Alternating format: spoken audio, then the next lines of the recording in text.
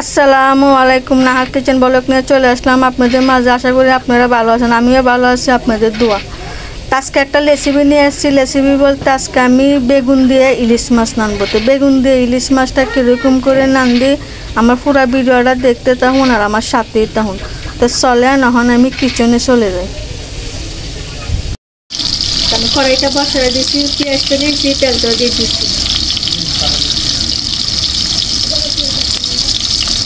আদা চামচ রসুন,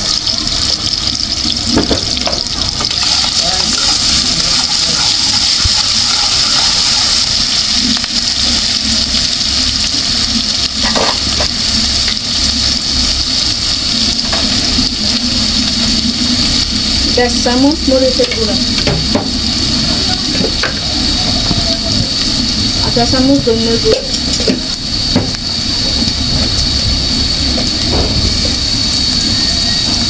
এক চামচ জিরার গুঁড়ো,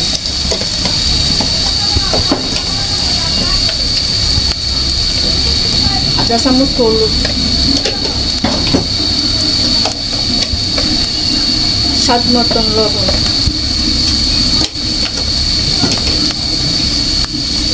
অল্প একটু পানি।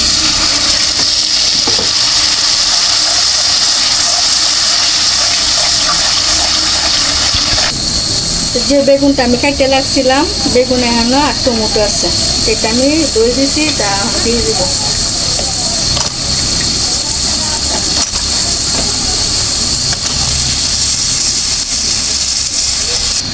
আমি ভালো করে কষায় নিব, এখানে কোনো পানি দিব না, ঢাকনাটা দিয়ে দিব।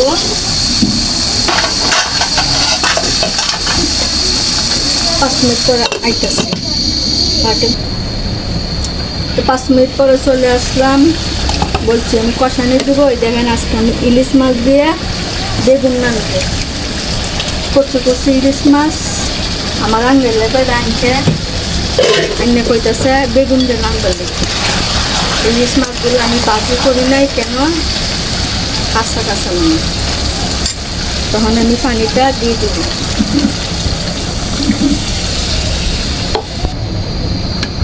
পানিটা দিয়ে দিছি।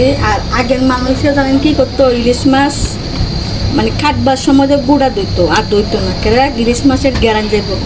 আর এখন মাছের দইতে দইতে দইতে দইতে ফ্যান করা বাইতে দিলাম, তার ওরকম মাছ ধোয়া না। তখন আমি ঢাকনাটা দিয়ে দিব, আবার আস্তে আস্তে 15 মিনিট পরে। তো 15 মিনিট পরে চলে আসলাম, আমার তরকারিটা হয়ে গেছে, আমি এখন নামাই করব। তো বেগুন দিয়া তোমার ইলিশ মাছটা আমার নান্দা হয়ে গেছে। দেখেন মাশাআল্লাহ কত সুন্দর কালার, একবারে লসা লসা কষা কষা। এরকম করে আপনারা ঘরে ট্রাই করেন, অনেক স্বাদ, অনেক মজা। আর ওখানে ইলিশ মাছ অবশ্যই একটু দাম, কচি কচি ইলিশ মাছ 300 টাকা কেজি, 2 ঘরে 200-250 টাকা। তো এইলা এখন আমার আঙ্গেলে বেড়া আনছে, বলতে চাই না বেগুন দিয়ে নানবার জন্য। তো বেগুন দিয়ে নানছি। তো ভিডিওটা আপনাদের কাছে ভালো লাগে বেশি বেশি করে লাইক করবেন, শেয়ার করবেন, আর নতুন ভিডিও পাইবার জন্য আপডেট করবেন। তাহলে ভিডিওটা এখন তো আসসালামু আলাইকুম।